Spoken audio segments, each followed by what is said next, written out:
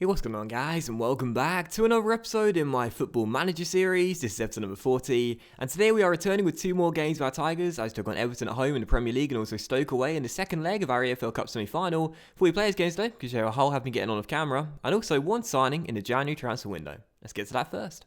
Because we all love our transfers, don't we? Especially yours truly. I can't shut up. George Rodriguez has signed for the club for £725,000. A flat fee, no instalments, no clauses, and what an absolute bargain. Now, this is an 18-year-old Portuguese centre-half who signed from Braga. There was interest from Barcelona, if I remember correctly. There was interest from Juventus as well. But instead, we snapped him up before they could get a chance to talk to him. And I got to say, I'm very excited about this guy's future. Only 18 years old, but already he's got some great stats. 16 heading, 14 marking, 14 tackling, 15 positioning. Some very nice mentals here as well. And physically really strong too. 6'3", already at 6'3". And, 6'3", already at 6'3". 6'3", already at 18. And he only turned 18 at the start of November as well. This guy could be an unbelievable centre-back for us here at Hull. And right now, we've already got quite a few of them as well. So the future's looking bright at the back line for Hull right now. And this guy is the latest signing. And that's it for transfers. Now, I did complete this quite a while ago, by the way. And you may have noticed it in the transfer centre. But I never showed you because I'm quite sneaky. But one thing I will tell you, which hasn't been done yet, is that Mitrovic might be leaving the club at the end of the season and going to Stade Rennais. They put in a £1.5 million initial fee, 1.5 million over 12 months. We said that was fine, so long as the transfer goes through at the end of the season, like with Jordan Ibe. And I do this quite a lot, basically, keeping a player here till the end of the season and then letting him go there. He's only valued at £2.8 million. I like him because of the low wages, but really, he's not that great of a striker. Only 12 for finishing and 14 off the ball. And I think he's only scored one goal in 1.5 years here at Hull as well, and that came in the Cup too. So Mitrovic can leave come the end of the season, £3 million, and I'll take that. We got one of free, so making profit. And since you were last with me, we've played several games off camera, and of course you probably were expecting to see two games today against Stoke and Manchester United, as I did say that's what we'd do in the last episode, and also play deadline day as well. The reason why I've changed to two different fixtures today and no transfer deadline day is because of the fixtures being rescheduled, and I thought these two fixtures would be better, Everton home and Stoke away, and we'll play those two games instead today, as opposed to an Ipswich United double or a United and Watford double. But anyway, off camera, what's been going on? Of course, in the last episode, you saw our 2-0 home defeat to City, our 1-0 home victory over Fenerbahce, and our 2-2 draw away against Crystal Palace. Played several games off camera, and the inconsistent run of form started off camera with a 3-2 home defeat to Reading. A crazy game.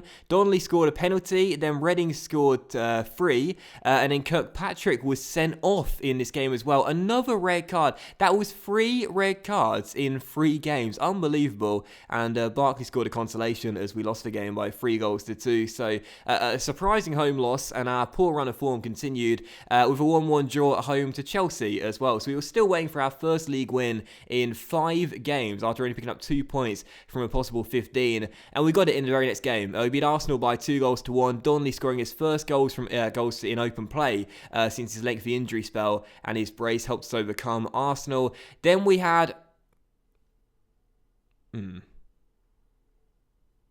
We'll get to that in a minute. Then we had a 2-0 victory away at the Bet365 Stadium against Stoke. Then we had a 1-1 draw away at New White Hart Lane against Spurs. Then a 2-0 victory over Preston in the EFL Cup third round, and a 1-0 victory over Stoke in the EFL Cup first leg. And that means that going into the second leg today, we take a 1-goal lead going back to Stoke-on-Trent. And the last game was a 4-0 victory away at the Stadium of Light against Sunderland. And what is with the red cards this season? So many, mainly for us, but a couple for the opponents as well. So we have been on a really inconsistent run of form, but the last few games have been going quite well. 5 wins in our last 6 and no defeats in our last 8, which means right now in the competitions overview, as you can see, you guys know if you stayed till the end of the last episode and got your treat, we'll be taking on Ajax in the Champions League first knockout round over 2 legs. We're taking on Ipswich in the 4th round of the FA Cup away at Portman Road, and in the Premier League right now we're sitting in 4th place with 40 points accumulated from 22 games. We're 2 points clear of Liverpool in 5th. We are 7 points clear of West Brom, Stoke and Sunderland in 6th, 7th and 8th. And as things stand, we're doing alright. We sort of lost pace with the early pace setters, but we're doing okay, and with 16 games to go, I'm still pretty confident we'll finish in a European place again. I'm I'm hopeful that once again it'll be top 4 just like last season. Still, first game of today's episode is in the Premier League. We take on Everton on the Friday night fixture at home, and I'm hoping for another win here to keep our good form going in recent weeks. So this will be the team for the game. We have Raji in goal, a back four of Timon, Dimov, Sonogo and Torre. In midfield, Kirkpatrick and Malonaz. Olivier's on the left, Leko's on the right, and Saidi is our advanced playmaker. Donnelly leads the line, and on the bench, Pena, Keane, Blint, Barkley, Ozcan, Delafeu and Rogerio as well. So first game is the Toffees. Let's get that win. Come on, Hull City. Also, I probably should have mentioned too, during the run off camera, I did actually switch to a 4-4-2 in the Chelsea game. And I kept that formation for the next 2 games afterwards, I think, before reverting back to the 4-2-3-1. I just felt as though the reason we were struggling was because teams had sort of figured out the way to play against us. Because you would have noticed the losses we had, we didn't play very well in at all. And even the games like the Reading one where we lost 3-2, we scored 2 goals, but we conceded 3 at home to Reading, So I felt as though we need to change something. So I switched to a 4-4-2, played Rogerio and Donnelly up top together for the first time this series. And they played well together, but the 4-2-3-1 is our preferred style of play. So reverting back to that, and since we've won every single game. So let's keep it up. Or do we draw a game as well? I can't remember. Anyway, still 0-0 in this game. Nothing to report in the first half yet. Are we going to see a highlight before the break? Or would that do it for the first 45 minutes? Wow. Very poor first half. And nothing to report. Hopefully a little bit more excitement in the second half. Because as things stand right now, we're set for a short episode.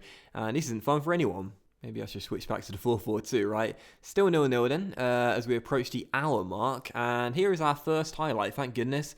And fortunately, it does seem to be coming to the Tigers with Donnelly on the ball, playing out wide towards Olivier down left-hand side. Our player of the season so far, trying to cross, but it's deflected. But it drops to Willie Kirkpatrick through to Malone as the Canadian rifles one in from 20 yards. Fraser Forster gets a touch, but he can't keep it out, and Hull go in front a minute before the hour mark. What a strike from Brian!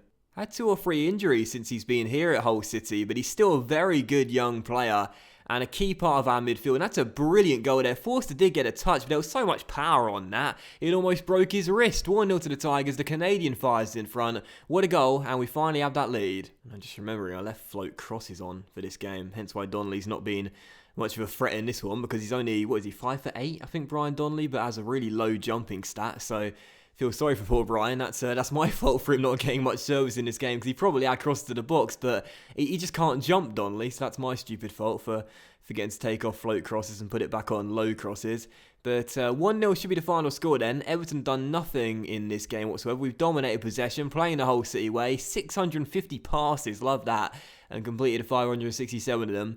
I love dominating possession. I love playing this way. I know some of you guys have been saying, you've got to be a bit more forceful, man. You're not Barcelona, but I just love this style of play. But calmly we'll say, well done, Nazar's going for us. We've delighted Leko, Barkley, but no one else seems to be happy. Our defense has picked up of late as well after a really rough patch, but they don't seem to be pleased. No one seems to be pleased. Why is no one listening to me? That's not good. But 1-0 is a good scoreline, and we move up to 3rd place. Delighted with a win to start today's episode. Now let's beat Stoke and get through to our first ever cup final. Mitrovic is going to sign for Stade Rennais coming the end of the season for £3 million.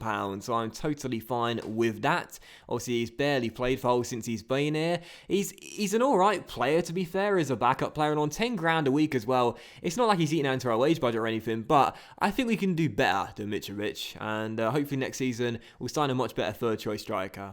Alright guys, so second game of today's episode, moving swiftly on as we take on Stoke at the Bet365 Stadium for the second leg of our EFL Cup Semifinal. The other tie, by the way, is Spurs vs Chelsea, and Spurs, who are underperforming big time in the league this season, beat them 3-0 at New White Hart Lane in the first leg. So we'll keep a close eye on who our potential opponents will be in the final if we get through this game and make it to the final. So Stoke, our second and final game, and let's get the win. Going to stick with the same first 11 for this game as well. Now, I fielded a weakened side for the last game in the first leg, but I'm going to rest all of my players on the weekend game against Ipswich in the FA Cup 4th round, because I really want to get to our first ever cup final, and I feel like having our best lineup out there will give us the best chance of doing that. obviously. So, once again, Raj in goal, back for retirement, Dimov, Sonogo and Torre in midfield, Kirkpatrick and Malonas. Further forward, Olivier on the left, Leko on the right, and Saidi as our advanced playmaker.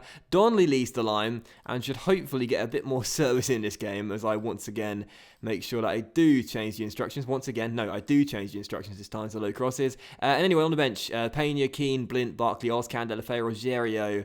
And let's get to it. I kind of want to play Pena, because Pena started every single EFL Cup game so far, so it could be kind of a shame to not play him. But always pick your strongest 11. Always pick your strongest 11. No, hang on. I said the opposite of that in the last episode, didn't I? Play the situation. Well, I don't care. I'm starting Raj anyway. Let's get the win. Come on, Hull. If we don't get through, there's going to be a wry smile on the bench, I'm sure, from Iñaki Pena. And if he laughs, then I'll terminate his loan spell. And it could be actually a highlight directly from kickoff as Donnelly is charging forward here. And crosses, and Leko gets the header just over the bar. My word, already a chance inside 30 seconds. If we score tonight, it's going to be very hard to Stoke come back from that due to the away goal ruling. So that's our focus. Get that goal and try and see us through to this to the final with little fuss. And here is another highlight for Hull, but Torres throwing the ball straight to Mbula. And Stoke shall get possession back. I'm feeling very confident, I must say, especially with this lineup out there. And I think just one goal is all it's going to take. I can't see Stoke scoring 3 times, so one goal is all it's going to take. Donnelly on the ball, takes around one and shoots and fires it wide. He's in the mood, Brian Donnelly. He's back to his best at the moment. A couple of nice goals against Arsenal, and his general play's been good. But he's a bit of a hot and cold player, though. Sometimes he goes into slumps where it just doesn't look like he's going to score ever again. Still 0-0, and maybe another chance here. Saidi's free kick finds Timon down the left-hand side, and he plays it in. Short cross clears, though. And Dimov gets it and finds Sonogo. Through to Brian. Can he make it 2-2 from range? No, he finds Leko instead. Back to the Canadian. Tackled by Mbula. And now a chance for Stoke on the break as Berahino releases Bongonda, who could be through. Torre playing catch-up but can't catch up, and Bongonda fires it in. It's 1-0 on the night and 1-1 on aggregate. Oh man, if we don't get through, I'm going to be livid. Plenty of the game to go. Let's not hit the panic button just yet, but Torre could not catch up to Theo, who fires the ball in from a tight angle. Should have started Pena, shouldn't I? And Stoke have that lead. I feel like just one goal will do it for us tonight, but instead we trail, and now I'm feeling quite nervous. Brian's camera shy again, and Hull may end up being Wembley shy in this series as Bongonda crosses, but Timon heads it away, and Olivier gets the loose ball first. Come on, Hull, we're better than this. As the Belgian goes over the halfway line, might need some support here. He's closed out by 4 red shirts though, and there was no teammate in sight as Stoke get it back. If they go in front on aggregate and go 2 goals up on the night, I'm going to be livid. Saido on the ball, tackled by Dimov. Well done, Blagabest. And now let's get the danger away. Come on, Hull. All we need is a goal tonight. I swear that will do it for us. Olivier down the left-hand side. What can he do? Plays it to Saidi. And Saidi round 1 as Donnelly ahead of him. Gives it to him. It's Brian. It's Brian. Oh, yes, Brian. I love you. I love you so much. Stoke City 1. Hull City 1. 20th goal this season for Mr. Camera Shy.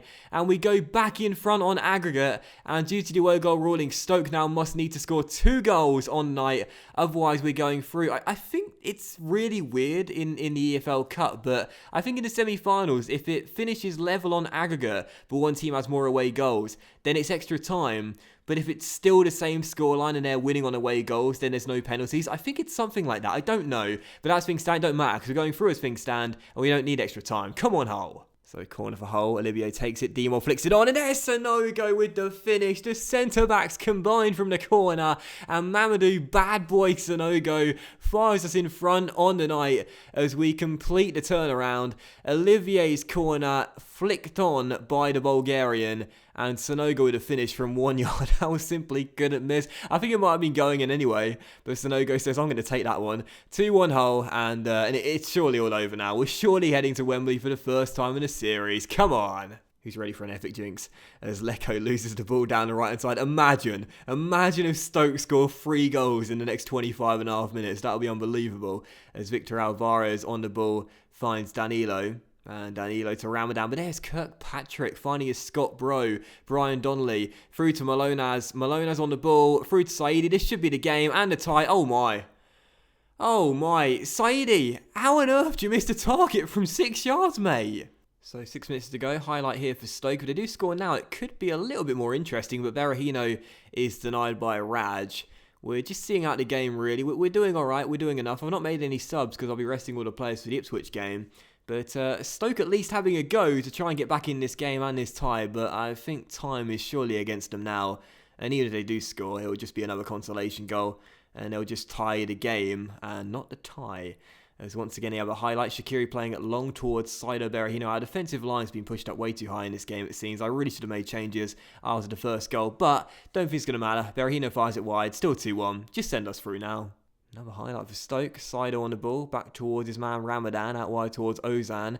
And 2 red shirts to him out in the area. Dimov lost out, it seemed. Thought he won the header there. And then Berahino hits the post. The ex-Baggies boy hitting the woodwork. Still 2-1. 1 minute is stoppage time though. And that is going to do it. Hull City are heading to Wembley for the first time in this series to take on either Spurs or Chelsea as pace fires one just wide the post. We've not played especially well in this game, or much better than our opponents, but we've done enough and we are through to Wembley for the first time in the series. Delighted with that.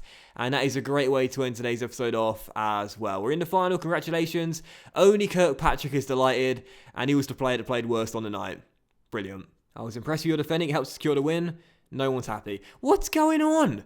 Why does no one like me anymore? What? Donnelly, okay, he's fired up. Good. I don't, why are my players, like, just not trusting me or anything anymore? I don't understand it. Anyway, we're through to Wembley. Delighted with that. And we'll be taking either Chelsea or Spurs. Let's find out together who will be facing on either Chelsea or Spurs. I think it will be Spurs after their 3-0 victory in the first leg. But let's find out together. Who is it going to be? Who is it going to be? Who is it going to be? I think it will probably be Spurs, but let's find out together. Dun, dun, dun.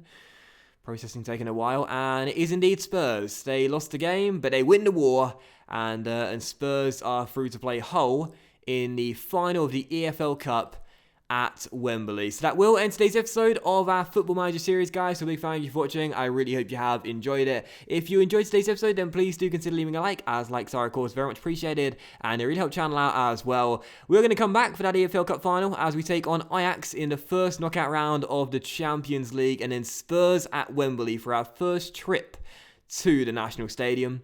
And I will see you for that episode very soon. That was a weird introduction. Weird outro even. Really quick. And then I messed it up. Brilliant. Well, thanks for watching anyway, guys. Much love to you all. Leave a like if you enjoyed it. And I'll see you for the next episode very soon. Bye.